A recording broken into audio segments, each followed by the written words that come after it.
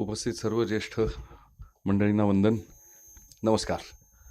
खरं सांगायचं तर कार्यक्रम पत्रिकेनुसारचा माझा बराचसा वेळ हा निघून गेलेला आहे. त्यामुळे आता त्याबद्दलही व्यासपीठावरील सर्व महनीय नको. इतकं छान सगळं बोलणं झाल्यानंतर फार काही बोलावं असं उरत नाही.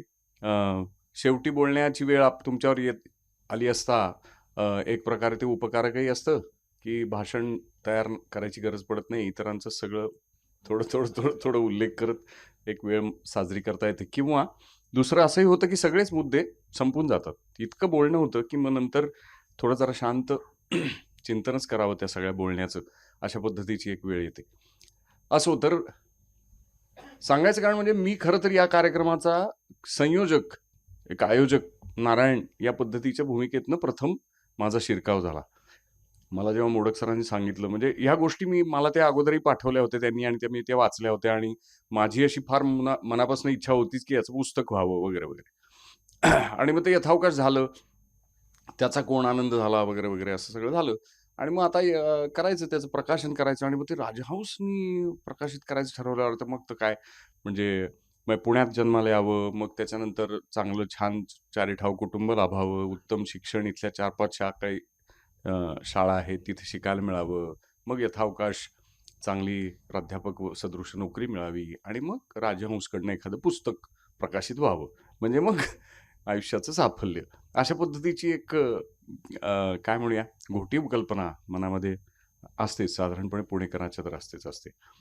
तर बहरहाल असं ठरल्यावरती मग खूप अजून आनंद झाला आणि मग ह्या कार्यक्रमाची आता आपण जुळणी करूया वगैरे वगैरे अशी आमची दोघांची चर्चा चालू असताना मग मी एक एक करत मग मी म्हटलं त्याला काय अवघड आहे आपण करून टाकू एक सभागृह घेऊ असं आहे इकडचं आहे तिकडचं आहे मग निम्मी जबाबदारी अशीच हे करण्यासाठी परिवार सदस्य त्यात घुसवत शारवीच करेल म्हणलं निवेदन वगैरे वगैरे असं करत मी त्या त्या सगळ्या ह्याच्यामध्ये होतो आणि अचानक अवचित मला सांगण्यात आलं की आता तुलाही बोलायचंय कारण आणि चंद्रमोहन कुलकर्णी येणार असं एक माझं त्यातलं एक छुपं आकर्षण म्हणजे की बाबा ते पण येणार आहेत तर त्यांना प्रत्यक्ष भेटता येईल आणि पाहता येईल कारण त्यांची चित्रच पाहत आलो आजवर. पण म्हणे त्यांनी बोलण्याचं नाकारलं आहे आणि व्यासपीठावरती ते बसणार नाहीत मागे खाली बसतील. अरे देवा म्हणलं आता अवघडच झालं म्हणजे ते समोर बसले असता आपण इथे बसायचं म्हणजे आपल्याला किती बरं हसू येईल उमेश म्हणल्यासारखं खूप हसायला येतं. हसायला येतं म्हणजे आपलं स्वतःचं हसू झाल्यासारखं होतं. मोठी मोठी माणसं समोर असतात आणि उगाच तुम्ही आपलं फिल्ममध्ये आहात आणि चारही ठिकाणी तुमचं नाव आलं बुवा छापून नाचलात तुम्ही म्हणून आपलं तुम्हालाही बोलवलं असं होतं. पण इथे मात्र तो भाग नाहीये. इथे आमच्या कुठल्याही कर्तृत्वापेक्षा आमचं आणि मोडक सरांचं जे मैत्र आहे त्याचाच आणि त्याचाच बंध हा फक्त आम्हाला या उच्चासनी आणण्यामध्ये कारणीभूत आहे. आणि म्हणून हक्कानं सुद्धा एका परीनं मला इथे यायचं होतं. आज फार विचित्र अनवस्था प्रसंग माझ्याही पुढे तयार झाला होता. जसा चंद्रमोहन सरांपुढे की 19 तारीख ठरली. त्या दिवशी माझं चित्रीकरण सध्या चालू आहे आणि त्याला सुट्टी होती.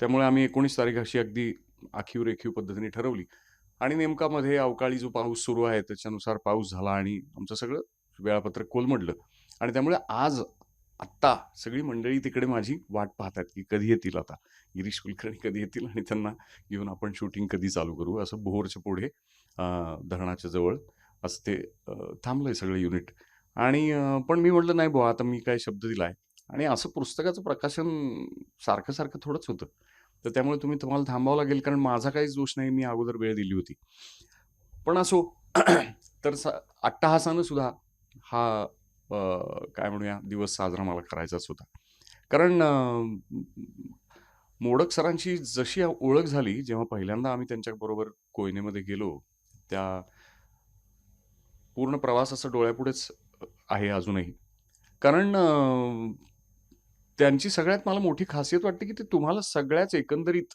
तुमच्या जगण्याबद्दल अवेअर करत जातात. त्यांचं तुमच्या सोबतीने चालणं हे तुम्हाला खूप जागं करत जातं की बुवा हे झाड शेजारी माझ्या आहे तर त्याचा मी कानोसा घेतला का मागोवा घेतला का मी माझ्याच तंद्रीत आणि धुंदीत कैफात असं चालतो आहे किंवा ही जी काही वाट पुढे जाते आहे त्या वाटेचं काही आहे का ती वाट कुठे घेऊन जाणार आहे? त्याबद्दल तुला तुझ्या मनामध्ये काही कुतूहल तयार होतं का? या सगळ्या गोष्टीबद्दल एकूण आपलं अस्तित्व आणि भोवताल, निसर्ग या सगळ्याचं काही नातं आहे का? अशा अनेक स्वतःच्या अस्तित्वाच्या संबंधीच्या मूलगामी अशा प्रश्नांकडे ते हलक्या हाताने घेऊन जातात. आणि असं करताना जसं उमेशने उल्लेख केला, की ती जडजंबाळ कुठलीतरी तत्वज्ञान पाजळणारी अशी कुठलीही भाषा नाही. ती बरबटलेली नाही त्याने एका परीने. अतिशय साधेपणानं चारचौघात आपल्या मित्रांमध्ये गोष्टी वेल्हाळपणे एखादं कथानक रंगवावं, तद्वत ते अनुभव सांगतात. आणि अनुभव सांगत असताना त्या अनुभवाला डोईजड होऊ न देता, त्याला हलकेच आपल्या कल्पनेच्या तळ्यागाठी नेत त्याला सजवत राहतात. आणि मग आपण त्या सर्वांगीण कथनाकडे पाहतो, तेव्हा आपल्याला लक्षात असं येतं, की कुठलाही भावनांचा कल्लोळ न करता सावकाश पद्धतीने हवी ती रसनिर्मिती केली गेलेली आहे. आणि मग तुमच्या मनामध्ये तो रस टिकून राहतो. असं हे लिखाण, असं हे व्यक्तिमत्व. आणि मला असं वाटतं असं लिखाण साकारायला, अशी अभिव्यक्ती साकारायला तुमचं जगणंच तसं असावं लागतं. तुमचं जगणंच समृद्ध असावं लागतं. आणि म्हणून मला त्यांच्या जगण्याकडे पाहताना असं नेहमी वाटत आलंय, की बुवा हा माणूस आनंदानं काम करतो. जे काही करतो ते आनंदानं करतो. आनंदासाठी करत नाही काही. आनंदानं करतो. त्यामुळे त्यांनी म्हणजे मी जेव्हा काही नोकरी करण्याचा योग आला आयुष्यात, तेव्हा असं वाटलं, की कधी संपेल ही नोकरी, मला नाही नोकरी करायची वगैरे, वगैरे. पण यांनी इतके पूर्ण आयुष्यच एका परीने नोकरीमध्ये काढून, त्या नोकरीमध्ये काहीतरी एक मोठं काम तर झालंच, पण त्याच्या पलीकडे जाऊन काय म्हणूया इतरांना प्रेरक असं काहीतरी एक कार्यसंस्कृती म्हणून, निरीक्षण म्हणून, अशा अनेक अंगांनी समृद्ध असं काम उभं करून ठेवलेलं आहे. आणि मग लक्षात असं येतं, की फक्त नोकरी करायला जात नव्हते. फक्त महाराष्ट्राचा काय एक मोठी जबाबदारीचं पद भूषवत नव्हते. एक लेग टॅपिंगसारखं मोठं देशापुढचंच एक तंत्रज्ञान विषयक आव्हान ते पेलत नव्हते. तर ह्या सगळ्याकडे एक जगण्याचा भाग म्हणूनही पाहत होते. आणि ते इतर कोणासाठी काही न करता स्वतःसाठी आणि आनंदानं या नाना तऱ्हेच्या आव्हानांना कुतूहलानं पाहत आणि भिडत असं ते जगत होते. आणि म्हणून मग एक हा मैत्रभाव तयार होतो. हे जे असं वाटतं, की अरे हे कुठेतरी कनेक्टेड आहे. ह्याचं काय मेळ समजत नाही. हा कुठून आला हा बंध? हा कुठून तयार झाला धागा? फार काही खूप अगदी रात्री रंगवल्या आम्ही त्यांच्या टेरेसवर असा भाग नाही. परंतु एक 2-3च गाठीभेटी पुरेशा आहेत. त्या पुरेशा ठरतात असं मला वाटतं. आणि त्यानं अ, या पद्धतीचा काय म्हणूया एक ठेवा तुमच्या हाताशी लागतो. आणि आता रायमोनियावरती इतकं सगळं त्यातल्या त्यांचे अ, अ, लिखाण किंवा त्यातल्या कथांचे आशय, त्याचे घाट, त्याची बलस्थानं याबद्दल सगळंच बोलणं झालेलं आहे. मला असं वाटतं की त्या म पहिल्याच त्यांच्या गोष्टीवरती अ, पहिल्याच काय दुसऱ्या एक बिकट वाट ही जी मला त्यातली त्यात सगळ्यात जास्त आवडलेली गोष्ट आहे. तर त्याच्यावर तर थेटच सिनेमा होऊ शकतो. उमेशनी कालच मला रात्री काहीतरी 2-3 वाजता रात्रपाळीची शूटिंग चालू आहेत आमची आणि त्यानं निरोप केला, की "बाबा या जखीन राई ही कथा तू वाचलीस का? त्याच्यावर तातडीने सिनेमा करायला हवा" वगैरे. तर मी म्हटलं, "अरे त्याच्यावरच का? अनेक गोष्टींवर करायला हवा. आता त्याचं काय करायचं? कसं करायचं? लवकरात लवकर हा कोविड-बिविड संपू दे आणि मग हे का?" तर दुसरं एक त्याला निमित्त मला या पुस्तकाच्या प्रकाशनाच्या निमित्ताने एक दुसरं एक जाणवलं ते असं, की निसर्गनिर्मित, मानवनिर्मित अशा या सध्याच्या अ, इंद्रियानुभवाला पारखे झालेल्या दिवसांमध्ये या पुस्तकाच्या निमित्ताने एक समोरासमोर येऊन अ, छानपैकी माणसं भेटून एक सण साजरा होणार होता आणि त्यासाठी मी या दिवसाकडेची फार आतुरतेने वाट पाहत होतो. सगळं काही भासमान आणि काय म्हणूया आभासी झालेलं असताना अतिशय साध्या नेमक्या शब्दामध्ये, की जे शब्द अर्थ स्वतःचा लिहून येतात. म्हणजे आजकाल इतकं बोललं जातं, इतके लोकं लेखक झालेत, इतकी माध्यमं पण बचकभर झाली आहेत, की ज्याच्यामध्ये उमेश म्हणाला तसं, की म्हणजे कोणाचं काय-काय, कुठलं-कुठलं डबकं आणि त्यातलं संचित हे आपल्या अंगावर कधी शिंतोडे पाडत राहील, याची एक भीतीच वाटून राहते. असं असताना अ, हे रायमोनियासारखं लिखाण जेव्हा तुमच्या पाशी येतं किंवा ते तुमचंच आहे असं वाटतं, कारण ते मित्र असतात आणि त्याच्याबद्दल एक सॉर्ट ऑफ पोझेशन तयार होतं. तर त्या लिखाणाचा मला सगळ्यात जाणवणारा महत्त्वाचा गुण म्हणजे त्याच्यामध्ये एक इंद्रियानुभव आहे. त्याच्यामध्ये एक रोकडी अनुभूती आहे, की जी माझ्या सेन्सेसना, माझ्या पंचेंद्रियांना जाणवू शकते. त्या अनुभवामध्ये मी जाऊ शकतो आणि ते सहजपणानं लेखक घडू देतो. असं नाही म्हणत, की बाबा हे माझं आहे, हे माझं सगळं विश्व आहे, तू नको येऊ. किंवा तू तुझं याच्या मदतीने काहीतरी तुझं साकार कर. असं न होता सहजपणाने त्यांच्या विश्वामध्ये तुम्ही शांतपणाने त्या मुखपृष्ठावरच्या मोटरसायकल स्वारांच्या पाठीमागे तिहेरी बसून तुम्ही त्या भटकंतीवर जाऊ शकता. आणि हा जो उमदेपणा आहे, तो मला वाटतं त्यांच्या व्यक्तिमत्त्वातनं थेट त्यांच्या लिखाणामध्ये शिरपलेला आहे, की सहजगत्या ते बोलवतात. ते सहजगत्या कोणालाही अकोमोडेट करू शकतात. ते ऐनवेळी एखादी सूचना स्वीकारू शकतात आणि त्यामुळे तिथे उपचाराचा भाग राहत नाही. करायचं म्हणून काही केलंय अशातला भाग राहत नाही आणि लिखाण त्यांचं हे इतकं आतून आलेलं, त्यामुळे निर्मळ अभिव्यक्ती असलेलं असं ते जाणवतं. म्हणूनच त्यांना संगीतामध्ये सुद्धा आता संगीतासारखी अनवट कला, की भल्या-भल्यांचे म्हणजे काय म्हणूया श्वास विरावे अशा कलेला सुद्धा ते सहजगत्या सामोरे जातात. सहजपणाने ते वाद्य शिकतात, सहज वाजवतात, सहज बोलतात आणि तिथे कुठेही अभिनिवेश नाही. कुठेही मी काहीतरी शोधलंय, मी तुला हे शिकवतो, दाखवतो, असं कधीच कुठेच अ, आढळत नाही आणि त्याच्यामुळे शारवीच काय परंतु म्हणजे मला आणि उमेशलाही ते नेहमीच प्रेरक वाटत आलेले आहेत, की माणसाच्या जगण्याचे अनेक विविध प्रकार असतात, पैलू असतात. त्याच्यातले मोडक सरांनी आम्हाला इतके पैलू दाखवून दिलेत, की त्या एकेका वाटेने जायचं म्हटलं तरी सुद्धा एक छान-छान आयुष्य समृद्ध होईल. म्हणजे उदाहरणार्थ मी माझ्या गल्लीमध्ये जिथे राहतो किंवा मी ज्या गावामध्ये वाढलो, त्या गावामधला निसर्ग, तिथला परिसर, तिथल्या दगडधोंड्यांची कधी मला मैत्री करता नाही आली. आणि हे जेव्हा मोडक सरांशी ओळख झाली, तेव्हा असं जाणवलं, की अरे, हा माणूस तिसऱ्याच ठिकाणी नोकरीच्या निमित्ताने जातो आणि त्या गावाचा म्हणजे तिथल्या रानवेलींपासून ते पर्यंत सगळ्यांशी दोस्ताना साधतो. त्यांना बरोबर घेऊन येतो. इतकंच नाही तर त्यांची अनेक 4 लोकांची ओळख करून देतो.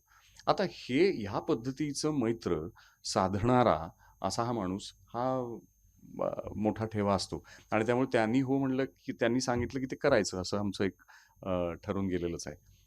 त्या कोयनेमधली जी पहिली भेट आमची झाली होती, भूगर्भामध्ये खूप काहीतरी खोल, प्रचंड मोठ्या उंचीचा असा मोठा बोगदा आणि एक भन्नाट सेटिंग होतं. आम्ही आपले खाली-खाली चाललोय आणि जमिनीच्या पोटात आणि मग ते सांगतायत आम्हाला कॉमेंटरी काय हे असं-तसं आणि एका बाजूनी पोटात भीतीचा गोळा. अरे बापरे! हे काय? मग नंतर ते प्रचंड मोठं म्हणजे अ, खरोखरच मराठी दृष्टीला जरा न पेलणारच असं दृश्य, की हे सगळं तुम्ही केलंय? म्हणजे असं मनात सतत प्रश्न यावा, हे ह्या सगळ्याचे तुम्हीच मुख्य आहात? असं मग खरंच आहे का हे? वगैरे इतकं मोठं स्केल म्हणजे विचार करा. आणि ते लीलया तिथे वावरतायत. तिथे नाना तऱ्हेची माणसं आहेत. वेगवेगळ्या प्रदेशातनं आलेली माणसं आहेत, कॉन्ट्रॅक्टर्स आहेत, अमुक आहेत, ठमुक आहेत. एक मोठा जथा आणि त्यांचा म्हणजे हे तिथे सगळ्यांचे नायक. परंतु सगळ्यांचा जीवाचा सखा असल्यासारखे असे ते वावरतायत आणि आम्हाला तांत्रिक माहिती देत हे असं तसं करत पूर्ण कोयनेच्या धरणाच्या पाणी साठ्याच्या खाली 6 फूट असे आम्हाला घेऊन गेले आणि म्हणले, की आता इथे फक्त 6 फुटाची जमीन उरली आहे. तिथे आपण आता ही उडवणार, की ते पाणी खाली पडेल आणि लेक टॅपिंग होईल. आणि आमच्या तर तुमच्या डोक्यावर आता तो मोठा जलाशय आहे म्हणले आता आणि तिथून पाणी पडत होतं खाली. तर आम्ही दोघांनी एकमेकांकडे बघितलं म्हणलं, हाच तो क्षण असावा असावा बहुधा, की म्हणजे माणसाला प्रत्यक्ष मृत्यूचा अनुभव एकदाच शक्य आहे. परंतु त्या तत्समान अनुभूती इतर म्हणजे विरळ आहे. ती देता येणं शक्य नाही. भल्या-भल्या साहित्यिकांनाच ते शक्य असतं. तर किंवा कलाकारांना. तर तद्वत ती चुणूक त्यांनी आम्हाला तेव्हाच दाखवली होती, की एकूणच तुमच्या अस्तित्वाचं जे काही आहे, ते सार इथे तुम्ही समजून घ्या आणि त्याची कळ माझ्या हातात आहे.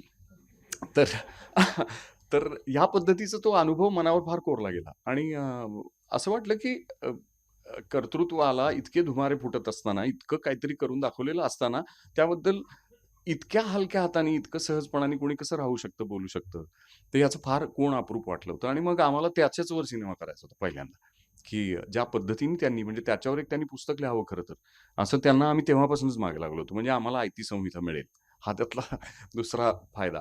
पण ज्या पद्धतीने त्यांनी ते काम केलंय म्हणजे महाराष्ट्रामध्ये अशा अनेक थोर अभियंत्यांची आपल्याला सुदैवानं परंपरा लाभलेली आहे किंवा प्रशासकीय अधिकाऱ्यांची परंपरा लाभली, की ज्यांनी खूप चोख कर्तव्य बजावली. खूप काहीतरी दूरदृष्टी ठेवून इथला समाज आणि अ, हा प्रदेश घडवण्यासंबंधाने मोलाची भूमिका बजावली. तर त्या सगळ्या मांदियाळीमध्ये मोडक सरांचं नाव घ्यायला पाहिजे. इतकं महत्त्वाचं काम, इतकं काळाच्या पटलावरती असं नोंदून राहणारं, गोंदून ठेवावं अशा पद्धतीचं काम तंत्रज्ञानदृष्ट्या, तांत्रिकदृष्ट्या, महाराष्ट्राच्या वीज पुरवठ्याच्या संबंधाच्या दृष्टीने किंवा पाणी पुरवठ्याच्या दृष्टीने अशा सगळ्याच अर्थानं हे त्यांनी इव्हन पूर नियंत्रणाच्या बाबतीने त्यांना जी वेदना झाली, ते जे आत्ता मगाशी उल्लेख झाला, की त्यांना ती वेदना झाली. तर ती का झाली असावी? याचं कारण असं, की एखाद्या प्रश्नाचं समग्रतेनं अभ्यास करून सर्वांगीणरित्या त्याचं उत्तर शोधू पाहणारा माणूस म्हणजे दीपक नारायण मोडक असं त्यांची मला ओळख लागते. त्यामुळे अभियांत्रिकीशी निगडीत किंवा त्या कोयना धरणाशी निगडीत असा एकही प्रश्न नसेल, की ज्याचं त्यांनी सांगोपांग अभ्यास नाही केलेला आणि त्याच्यावरती काही उत्तर शोधायचा प्रयत्न नाही केलेला. अशा माणसाला ती वेदना होऊ शकते, की कोणीतरी वावदूक उठावं आणि काहीतरी बोलावं. सांगायचं कारण म्हणजे ह्या अशा पद्धतीचं कर्तृत्व गाजवलेला माणूस दुसरीकडे हळवेपणानं, अत्यंत साधेपणानं, एखाद्या लहानग्याच्या अल्लडपणानं, कुतूहलानं झाड-झाडोरा पाहतो. फळं पाहतो, पक्षी पाहतो, पानं पाहतो. त्याची सगळ्याची नावं त्यांना मुखोद्गत असतात. तितक्याच असा खोल कोयनेच्या जलाशयामध्ये अथांग पसरलेलं पाणी, अतिशय कडाक्याची थंडी, छान हिवाळ्याचे दिवस आणि एक मोठा चौरंगी असा चौकोनी तराफा त्याच्यावर तरंगतोय आणि आम्ही त्याच्यामध्ये रात्र रंगवतोय.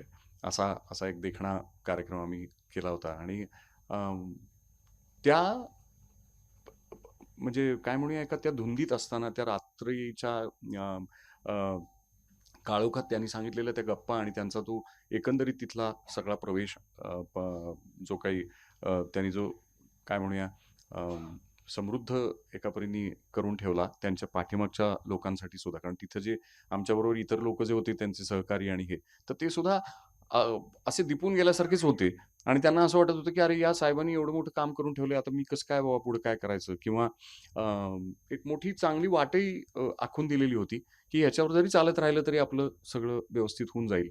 अ, अशा पद्धतीचं ते अनुभव कथन ऐकत आम्ही ती रात्र घालवत होतो. अ, तेव्हाच मोडक सरांनी मला असं वाटतं, की आमच्या मनात तर घर केलंच केलं. परंतु त्याच्यातले खूप काही शक्यता आमच्यापुढे दोघांपुढे म्हणजे की जे मगाशी उमेश बोलताना म्हणाला, की फिल्म मेकर म्हणजेच काही सगळं काही नाही. किंवा अमुक-अमुक क्षेत्रामध्ये काम केलं, माध्यमामध्ये काम केलं, सतत तुमच्या तस्विरी छापून आल्या अथवा राजकारणात तुम्ही असलात आणि गावगुंडांनी तुमचे बॅनर लावले सगळीकडे चोहीकडे. म्हणजेच तुम्ही कोणीतरी थोर आहात किंवा तुमचे अजून कोणी समाज माध्यमं मी उकिरड्यांवरती खूप काहीतरी तुमच्या नावाने लोकांनी आणून कचरा टाकला. तर म्हणून तुम्ही मोठे झालात. अशी जी एक समाजाच्या ठाशीव चौकटी आहेत, त्याच्या पलीकडे पूर्ण विरळा एकटं चालत जाऊन तरीसुद्धा तुमची नाममुद्रा मागे सोडणं यासारखं काम करणारी माणसं महाराष्ट्रामध्ये सुदैवानं वारंवार जन्माला आलेली आहेत आणि त्यांचे खरंच खूप उपकार आहेत. तर तद्वत हा वेगळी वाट चालणारा हा माणूस आहे आणि त्यामुळे ह्यांच्या तुम्ही जर साधेपणाने पाहिलात तर त्यांच्या पात्रांच्या ज्या एकमेकांबरोबरच्या क्रिया-प्रतिक्रिया आहेत, त्या माणूसपणाच्या आहेत. त्या पद्धतीचं माणूसपण इतकं लोभस आहे, की जे आज तर खूपच विरळ आहे, आज सापडत नाही आणि आम्ही अशा माणसांच्या शोधात आहोत खरं पाहता, की जी माणसं सहजपणानं एकमेकाला अ, माणूस म्हणून सामोरी जात असत आणि हा काळ होता. हा काही ज्येष्ठांनी तर पाहिलाच असेल, पण मलाही आठवतं माझ्या लहानपणी सुद्धा या पद्धतीचं वातावरण मी अनुभवलं. मला वाटतं मोडक सर ते सारंच्या सारं फार टिकवून आहेत आपल्या अंतःकरणात आणि ती पण एक मला फार महत्त्वाची आणि मोलाची गोष्ट वाटते. त्यामुळे याच्यामध्ये नवल नाही, की अशा माणसाला समसमा संयोग की झाला, चांगलीच माणसं भेटतात. त्यामुळे श्रीनिवास विनायकांनी यांना फोन करणं आणि "छापू का तुमची कथा?" असं विचारल्यानंतर त्यांची जी अतिशय सुभग आणि सहज येणारी प्रतिक्रिया आहे, किती साधेपणाची, की "अहो नाही, पण बरोबर आहे, परंतु मी त्यांना पाठवलंय, तर त्याचं काय करू? ते दुसऱ्या मासिकाला पाठवलंय." एक काय म्हणूया सभ्यतेचा इतका मोठा दाखला अ, अ, अवघड आहे. आजच्या काळात तर खूपच विरळा गोष्ट होऊन बसलेली आहे. आणि त्यामुळे वेगवेगळ्या मी मगाशी म्हटल्यासारखं, की वेगवेगळे आदर्श एका परीने निर्माण करत गेलेला सहजपणाने, साधेपणाने असा हा माणूस आहे. त्यामुळे या अशा ज्येष्ठ मित्राचं हे इतकं सुंदर, नितांत सुंदर असं पुस्तक. त्यातल्या प्रत्येक कथेवर सिनेमा करावा, या पद्धतीची त्याच्यामधली काय म्हणूया त्याची एकदृक छटा आणि सर्वात महत्त्वाचं म्हणजे ती अक्षरं जी आहेत ती अर्थ लिहून आहेत, याचं मला वाटणारं अप्रूप. या साऱ्यानिशी मी तुमच्या साक्षीनं माझा आनंद वाटून घेतो आणि थांबतो. धन्यवाद.